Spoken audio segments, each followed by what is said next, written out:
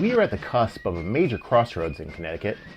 Through the Dalio Educational Report last October, we found out that our state has a great unspoken crisis. Young people from early adolescence through young adulthood are becoming disconnected. They are tuning out in school, not entering the workforce, and in essence, they are disappearing before our eyes. We know they are there, and often we know who they are. On October 9th in Hartford, the 119K Commission proudly announced the release of its comprehensive plan to tackle the growing crisis of disconnected youth in Connecticut. Commission members presented some of the findings of the report, and that testimony is what we'll be listening to today on the show. The Municipal Voice is the Connecticut Conference of Municipalities podcast in collaboration with WNHH LP 103.5 FM. I'm your host, Matt Ford. As always, be sure to give us a like and let us know what you're thinking in the comments. CCM's Municipal Voice podcast continues to present a key forum on important state-local issues. The views expressed do not necessarily reflect the consensus views of CCM or member municipal leaders. For the past 8 months, 12 municipal leaders who represent rural, suburban towns and cities have worked collaboratively to listen and learn from those around the state who work with young people with the goal of building coalitions to develop and sustain service coordination.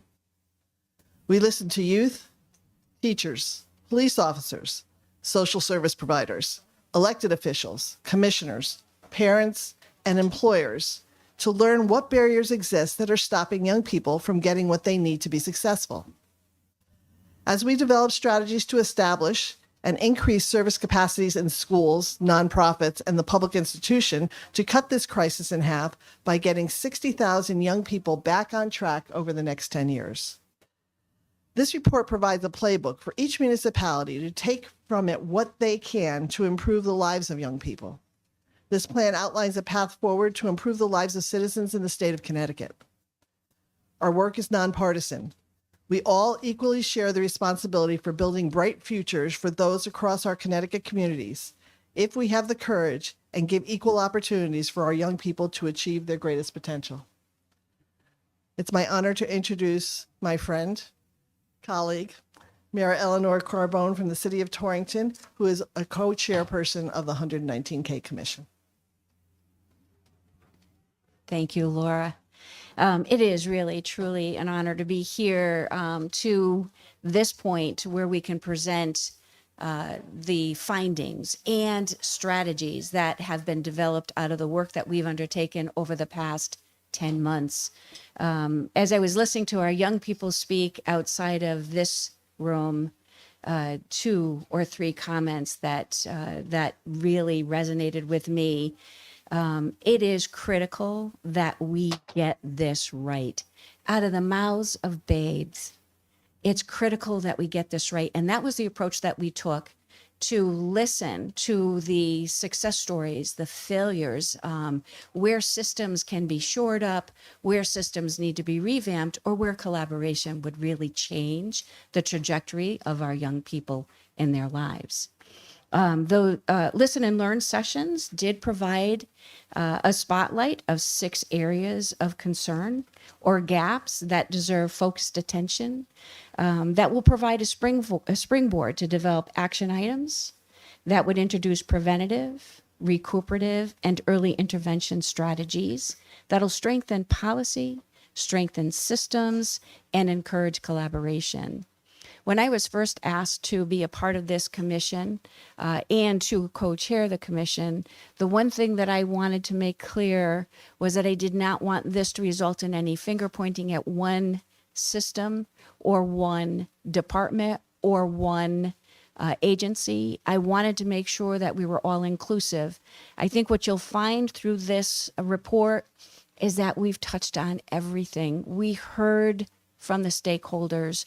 We took their stories, we took their lessons learned, and then we did the really hard work, trying to develop a strategy that we can put into action items, that we can then build individual strategies, individual action items that will guarantee some success.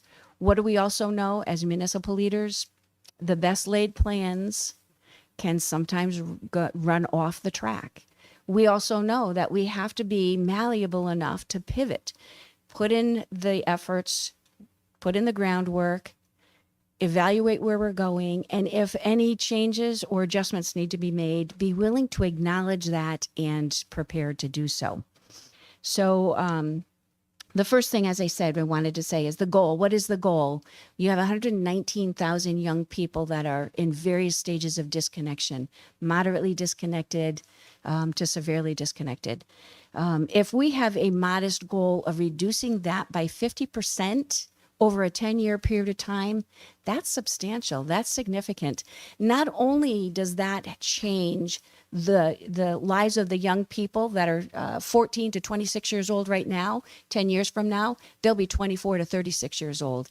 That has a big impact on our economy. It has a big impact on future business leaders, on future educators, on future policymakers. So achievable. We wanted to make sure that we were developing strategies that we knew could be achievable and that the various agencies and entities could buy into. They want to be a part of this. So the preventative actions to prevent on-track young people from becoming at risk. Recuperative actions to get at-risk students back on track and reconnect them. And then the early interventions. This would be the strategies to reconnect disconnected young people and to get at-risk students back on track within 1 year of the initial disconnection. One of the other comments that I heard from one of our young speakers was that disconnection knows no boundaries.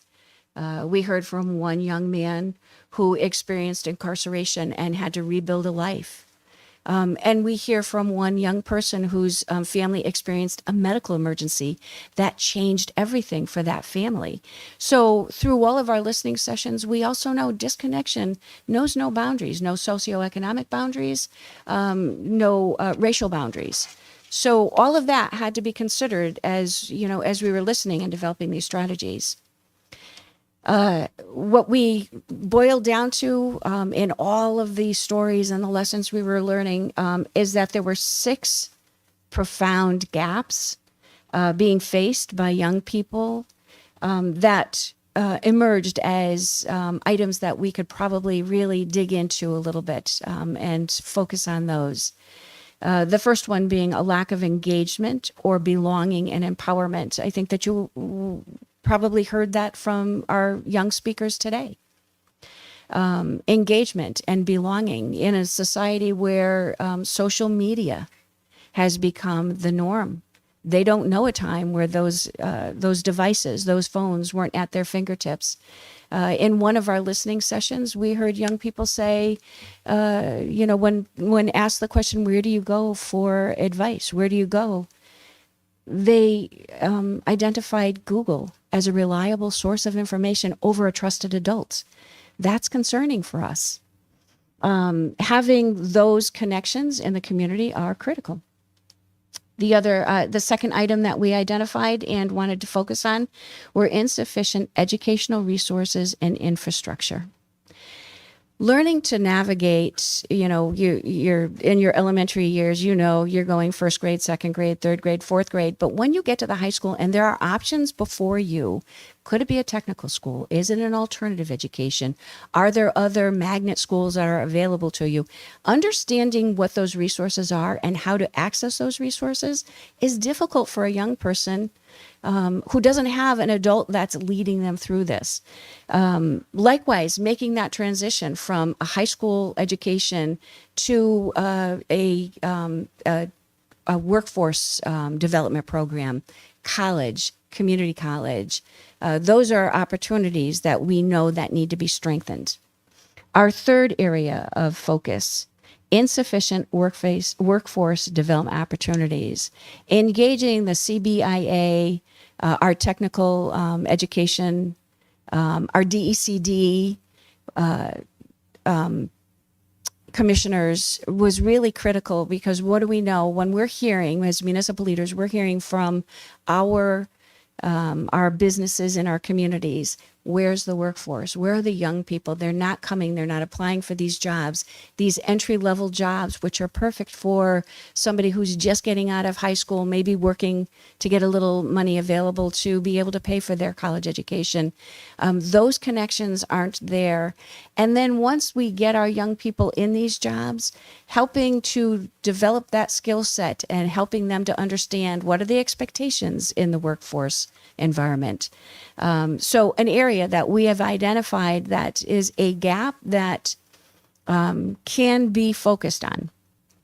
The fourth area, fragmented, underfunded patchwork system of services. Again, I'm reflecting on some of the words of wisdom that we heard outside of this meeting. If you're stuck in a place where you need advice, you need access to food, housing, mental health care, medical care, knowing where to go and how to access those resources is critical. Growing up 50, 60 years ago, you relied on an adult to connect you to those. Now with our demographic changing, so much stress on our young people, making access to those resources available to them directly is an area that we know we can be better at. Our fifth area or fifth gap, a lack of data transparency and usability. So many of the organizations that came and testified before the commission submitted testimony on our webpage, through social media, contacting the commissioners directly. They feel that they've been working in silos for so long that they don't even know where to get that reliable data themselves. So breaking down those silos, developing those data systems that would be available to everybody in real time is an area we know that we can certainly make improvements on. And the sixth area or gap was the lack of accountability across various stakeholders. When we put this together and we said lack of accountability, quite frequently, at least in my experience, it isn't, a purposeful lack of accountability. It's we're doing God's work here and we are doing it well, yet there's nobody to report that upstream to. Or we're doing really good work here and there's somebody across town that's doing similar work and there's no cross-pollination of the information that we're gathering. So when we talk about that accountability, we want to develop a system where if funding is connected to a program that is being developed or monitored, we want to make sure that that information is very publicly gathered, very publicly shared, and that will inform how we can improve on any of those areas. So after we developed these 6 areas, these gap areas we've been calling them, then the real work started. That is where we then had to drill down and we were really relying on those experts in their field, the Boston Consulting Group, Dalio Education, Domus Kids, one of my co-chairs. Those are where these experts came in and said, here are some areas and some suggestions. So on this page, you'll see we then broke these gap areas into 4 strategic pillars. Strategic pillar number 1, conditions, and how would policy and funding support any initiatives that we can bring to bear to improve the conditions. The coordination, obviously, as I said, if everybody is working very hard and having success stories in silos, it isn't going to solve the problem. It's creating little pockets of success, coordination, collaboration is really how we're going to scale any of those successes. Our third strategic pillar is capacity. How do we build capacity within the organizations and agencies that are already doing this work? whether it's on a small scale, whether it's one-on-one, whether it's out of the kindness of their heart. How do we scale and build capacity for all of that? And then the fourth pillar being coalitions, getting us to do to really line up for collective impact, all of the resources that can now work collaboratively to change these outcomes in such a short period of time. So at this point, I'm going to turn this over. The commissioners that have done all this work, spent hundreds of hours poring over testimony, have all been selected to talk a little bit about what these action items are going to be. So at this point, I am going to turn this over to Mayor Arampalam, who will talk a little bit about the first pillar. Thank you, Mayor Carbone. Thank you to all of my fellow commission members. I'm sorry I'm late. It was the traffic getting over here. The commute is killer. I'm sure all the fellow mayors understand.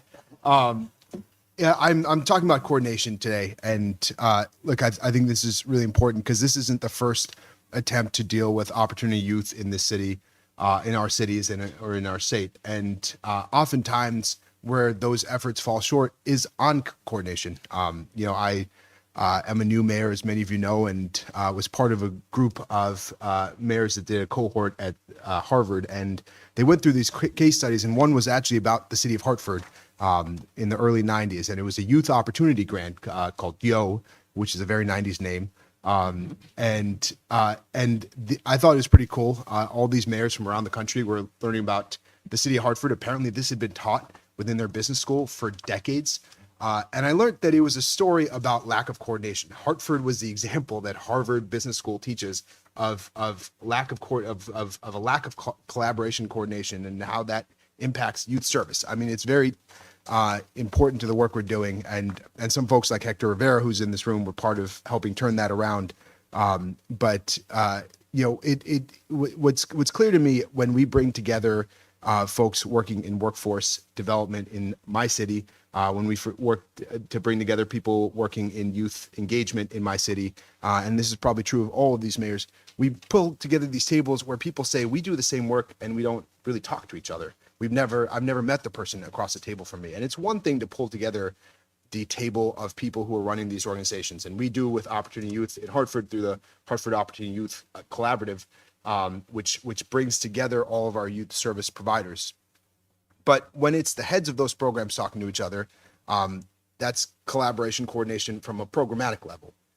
If we think about hubs and spokes, if we think about building a system that really reaches every single one of our kids and ensures that not a single child falls through the cracks, we should start with the children.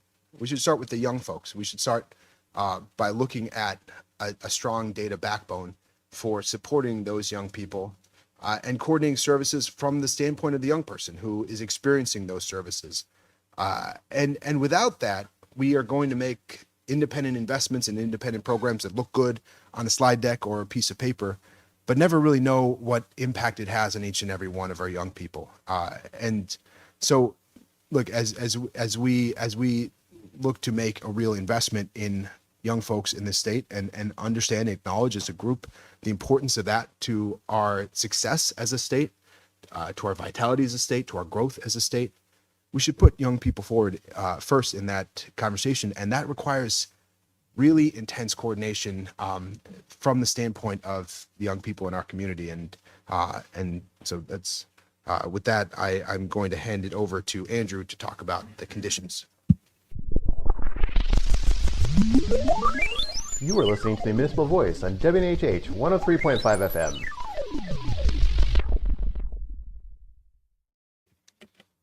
Thank you, Mayor, and good morning. It's wonderful to be in a packed room here in Hartford, Connecticut. I want to direct my comments to residents of Connecticut because that's who this report is written for.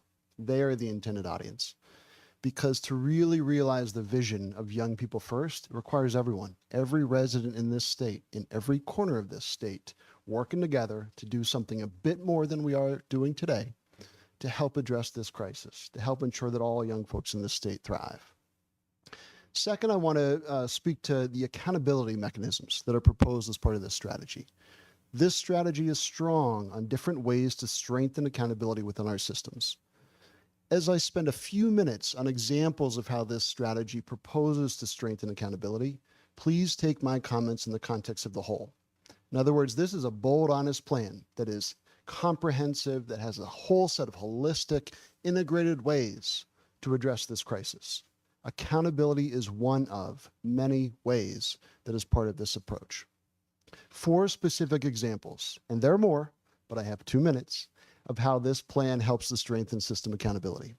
First, we've heard from countless residents across this state about how hard it is today to understand where is the money going, what are the investments being made in, what is resulting from those investments, what are we learning from those investments, how are we improving at every level of our system in this state.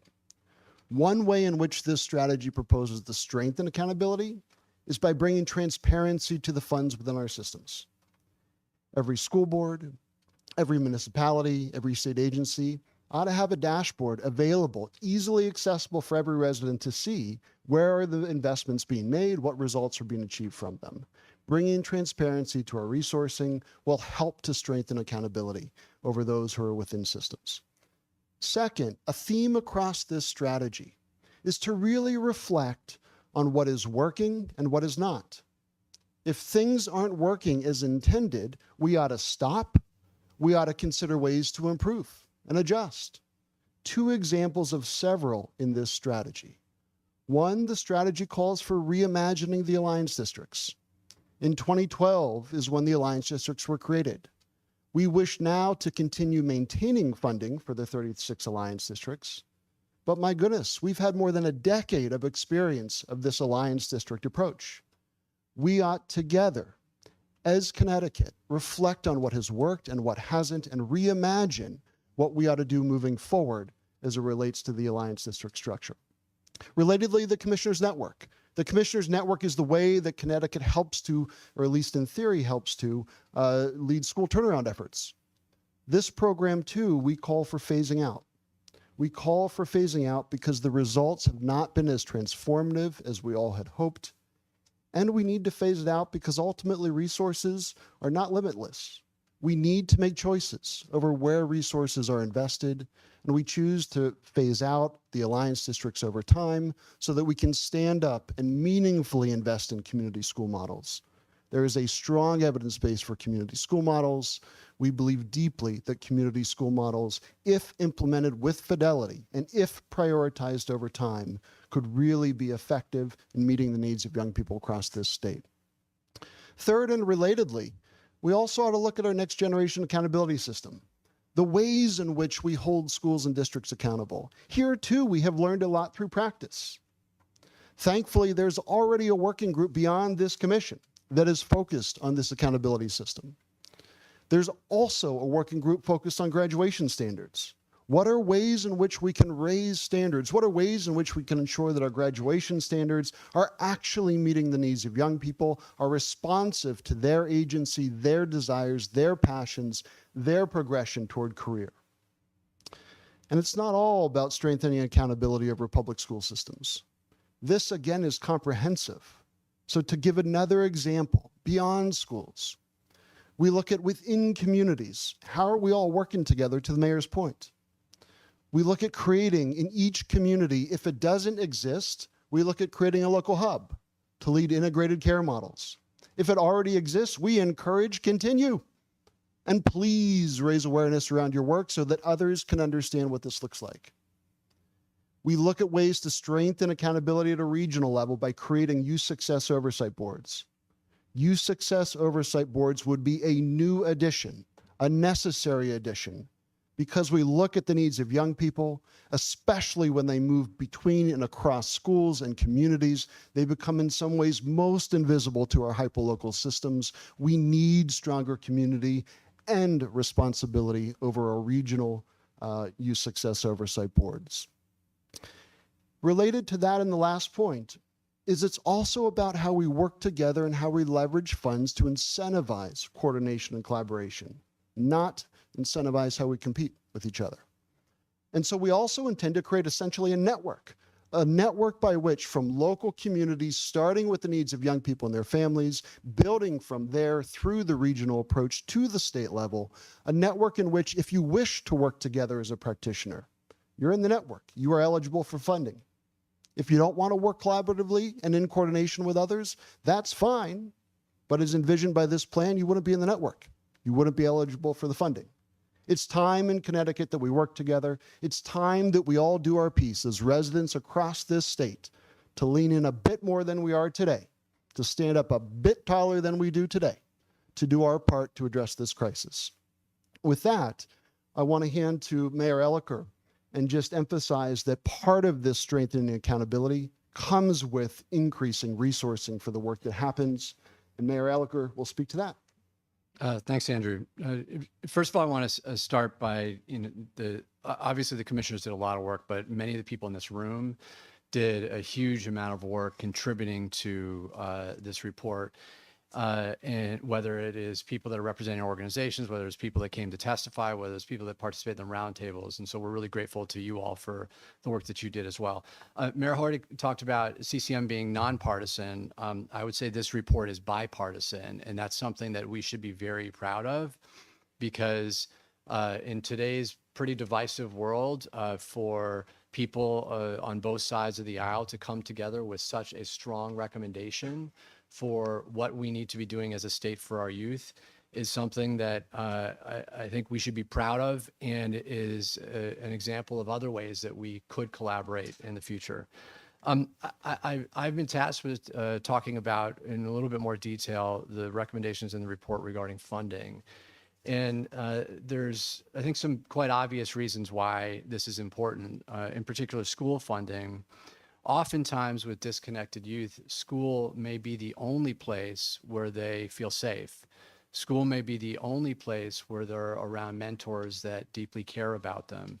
School may be the only place for multilingual learners where they're exposed to English, to be able to learn English, to be able to succeed in our community. School may be the only place where they have access to mental health support, to a social worker, to a guidance counselor. And our current system does not even have close to enough support to help our young people, particularly young people that are disconnected.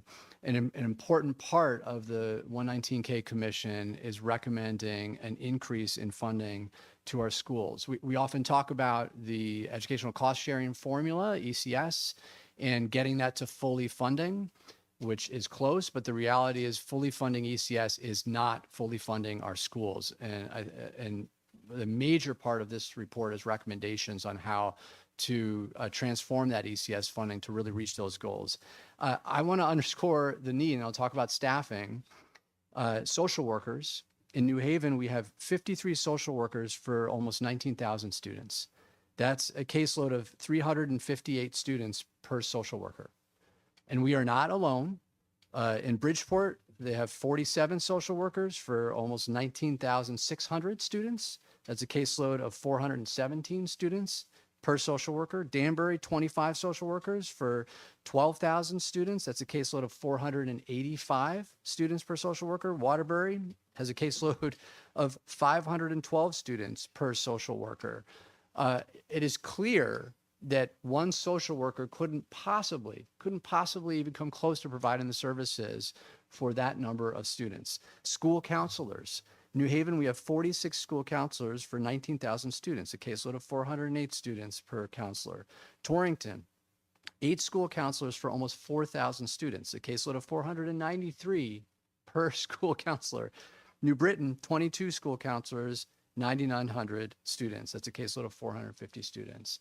In New Haven, we have 26 librarians in 41 schools. I mean, think about that. And, I think we all came from different backgrounds, but most people came from an environment where their school had a librarian. And we're not even hitting that number in New Haven. And the similar trends among other staffing levels. I think you can see the picture and understand the need here. We need to be investing more in our public schools and not less, and particularly at a time when we have more and more students that are struggling with mental health challenges. We have more multilingual students in our schools than ever before. In New Haven, we have 75% of our students are low income and 23.9% are multilingual learners. Almost a quarter of our students are multilingual learners. The ESSER funds were a lifesaver. And I want to underscore that we are very, very grateful to our state legislators and the governor for putting in significant amount of funding into our school, but those funds were not permanent. And we are all experiencing a huge cliff with the drying up of those funds. And we saw it all in the headlines. Hartford was facing 300 positions to potentially lay off, Enfield 130 positions, Wallingford 16 positions, Stratford 19, Danbury dozens. In New Haven, we have a significant deficit as well. Stamford 25 positions, and the list goes on. Many municipalities are putting more and more of our residents' taxpayer funds into our public schools. In New Haven alone, we've increased our educational funding for our portion by 48% in the last 5 years.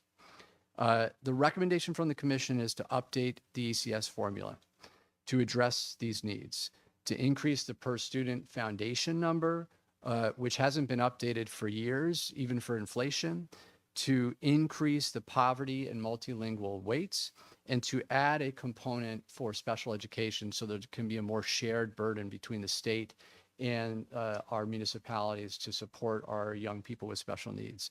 Now is a huge time of opportunity. We're having a statewide conversation about disconnected youth, and we need to think big about how we are going to change this trajectory.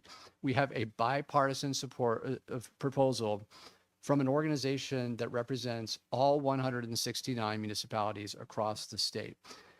We're very optimistic and hope the governor and the legislature will seize this opportunity and support our young people. And now I'm very grateful to hand the mic over to First Selectman Frida. Well, thank you very much, and it's a great pleasure to be here. So I'm here to talk about a very important initiative that we saw early on in all of our meetings all across the state, and that is the importance of workforce development and how critical it can be in the personal life development of many people. I'd like to start by presenting each and every one of you a visual. Whether you're an adult, a young adult, or a young person looking for help, consider you're trying to solve a problem. And consider you've got a phone number to call that you think can help you solve the problem. And what you find is that number can't help you. You get referred to someone else. You're getting bounced around. And at some point in time, you're going to become frustrated. And that is exactly what we saw in talking to the youth all across the state of Connecticut. Frustration. Frustration leads to complacency. Frustration leads to a lack of hope. And we heard that time and time again. Because there's so much fragmentation, the phrase vertical silos was mentioned earlier in this meeting. We've come up with solutions that we think can help reduce the frustration and create hope. In the case of workforce development, there are a couple of initiatives that this commission is moving forward with, and I'd like to share with you two of them. One is the importance of workforce boards. Many people may not know that there's 5 workforce boards all across the state of Connecticut. Mayor Elliker and I happen to sit on the board of directors for the Greater New Haven Workforce Alliance.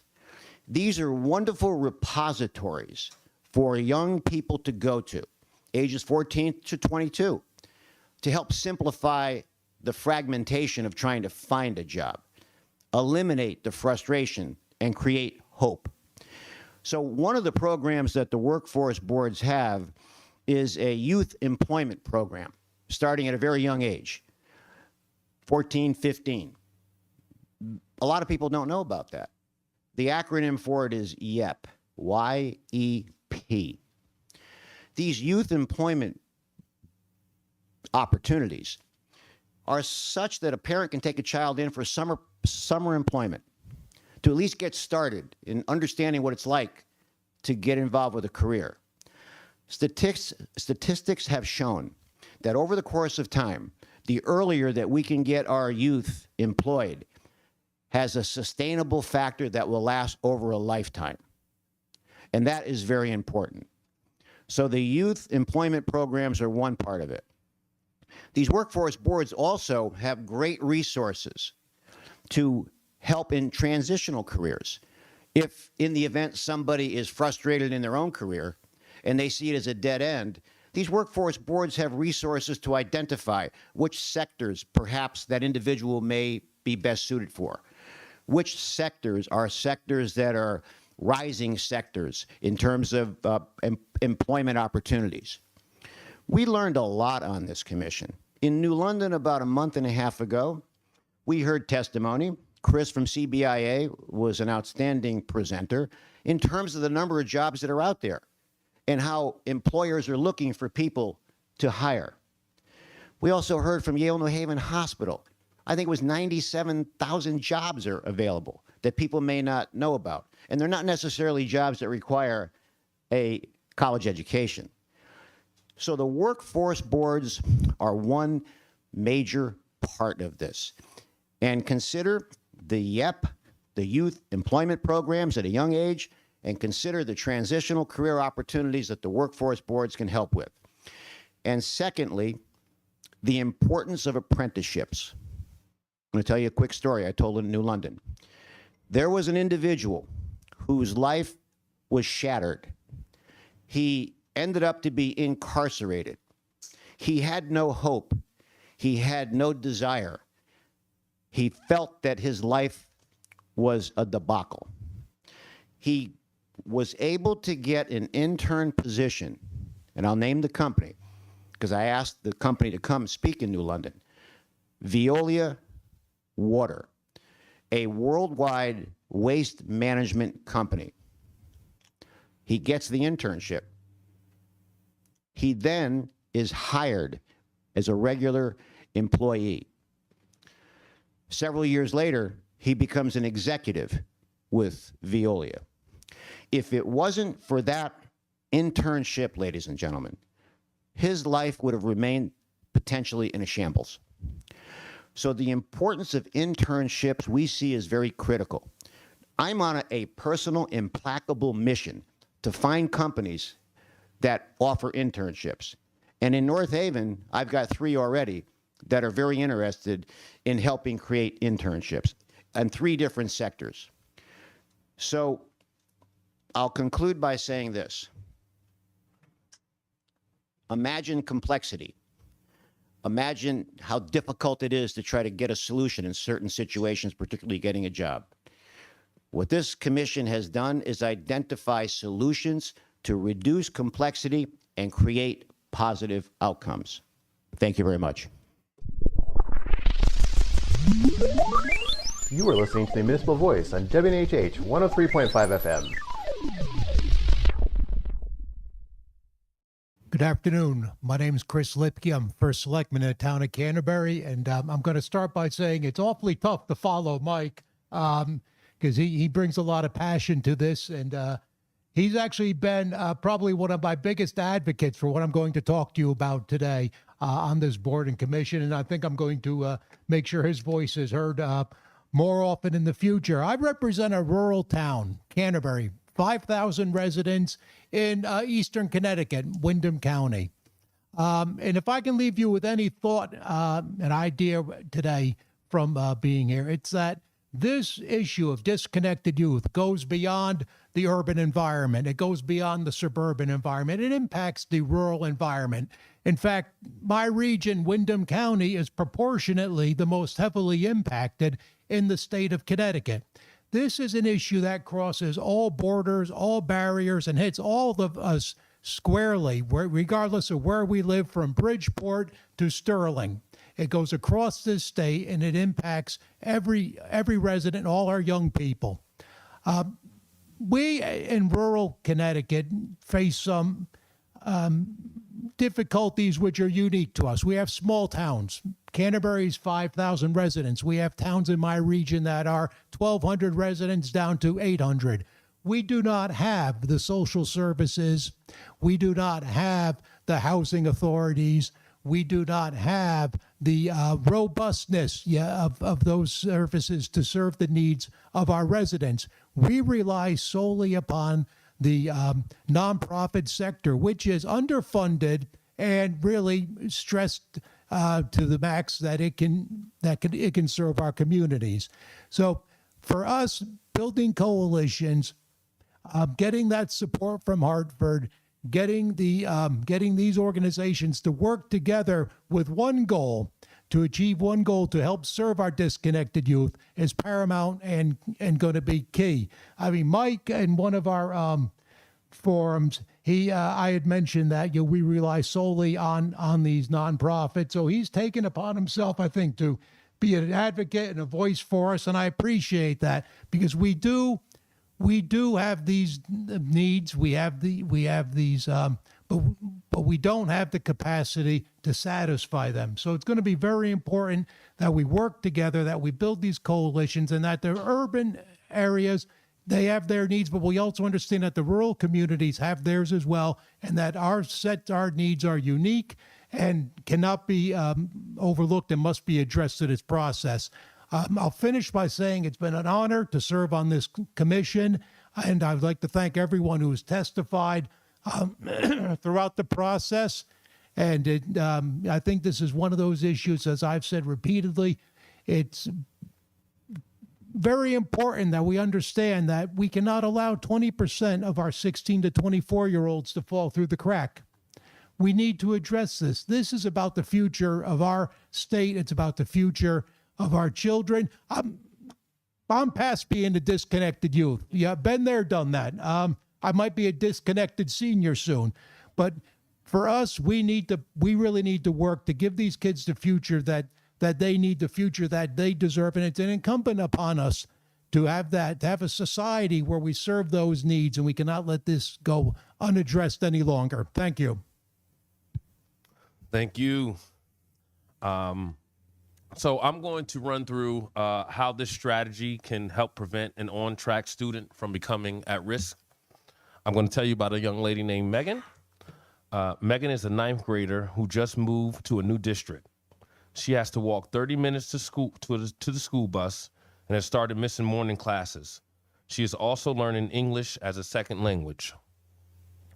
Megan is then connected with the Learner Engagement and Attendance Program, which we call LEAP. The staff visits Megan's house.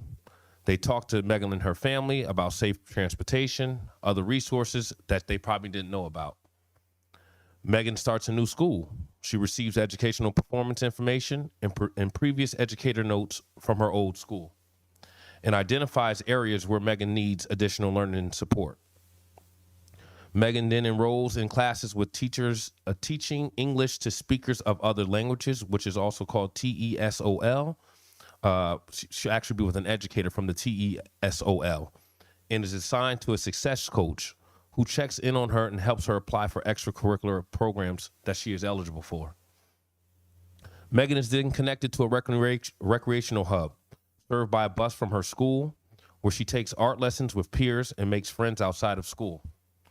Over the summer, she participates in summer apprenticeships in biosciences. Megan then signs up for dual enrollment classes with a plan to study biosciences at the local community college after graduation. She has a strong support network at and outside of school. So at home and outside of school now, she has a strong support network. Now, again, that is for someone who is on track. We want to prevent them from going at risk. Now I'm going to break down, I'm going to talk about a young man named Tyler. Now, with this strategy, this can help someone like Tyler, who's a disconnected youth, a disconnected young person, become re-engaged. Tyler is 17 and he is homeless, moving frequently between shelters and friends' homes. He left high school after multiple suspensions and has not found steady work. He was recently arrested for possessing illegal substances, so likely Tyler probably ended up in juvenile detention. If he didn't get connected to this next. The Juvenile Review Board then directs Tyler to nonprofits offering diversionary programs that provide him with treatment for substance use and disorder and community service opportunities. Tyler's local youth success oversight board designated integrated case management hub works with the Connecticut Coalition to End Homelessness to find Tyler stable housing. So that's important. And I know we have some members here today that I'm a strong advocate of this, but you'll find out in a minute if you haven't heard it before. Tyler participates in a transitional employment program where he receives training, wages, and a credential.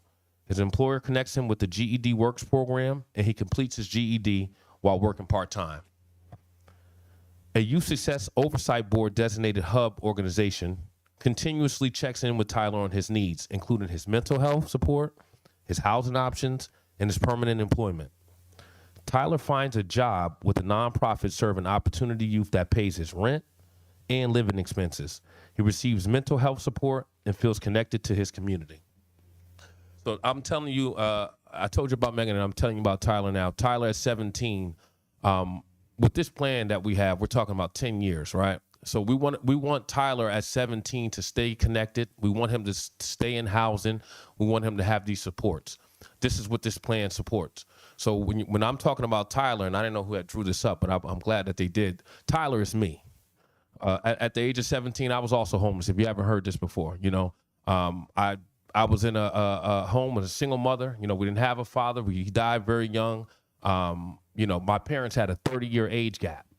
So that goes to tell you something. That also being said, I was kicked out of the schools. I ended up in juvenile detention myself.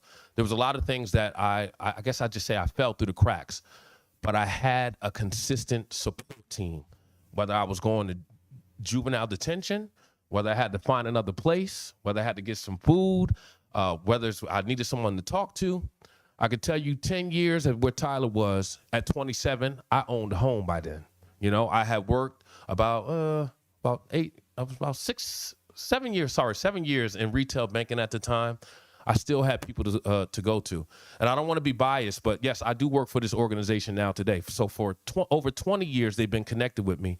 And still to today, I'm working with them. I told my current boss, you got to sit in here while I talk, because I still get a little nervous. I still got to call them. So that being said, I really want everyone to understand that this is where these young people can be. But if you really go by this plan, we don't have to worry about people like Tyler, because it is kind of sad that and now I'm saying 15 years ago, I was going through 14 years of homelessness. Why are young people still going through that now? It sucks, and I want to make sure I'm going to use the right words, because I know we're on TV, but it really does, and it's painful that it shouldn't even still be happening. We haven't found an alternative for young people to stay in school. What has been the thing? Just kick them out? We have to find out why they're being truant. Maybe they don't have nowhere to go. So I know I had 2 minutes, so I'm gonna move along before I go too deep into it. But please. I don't want people like Tyler and Megan sitting in front of us. This is Connecticut. We can make it happen, but it don't have to be that way. The Municipal Voice is a co-production by CCM and WNHH 103.5 FM. Joseph Thornton is our executive producer, Christopher Gilson is our producer, Harry Draws is on the boards, and I'm Matt Ford, your host. Be sure to check out our Facebook page and give us a like, and watch out for a CCM chat series on our YouTube page.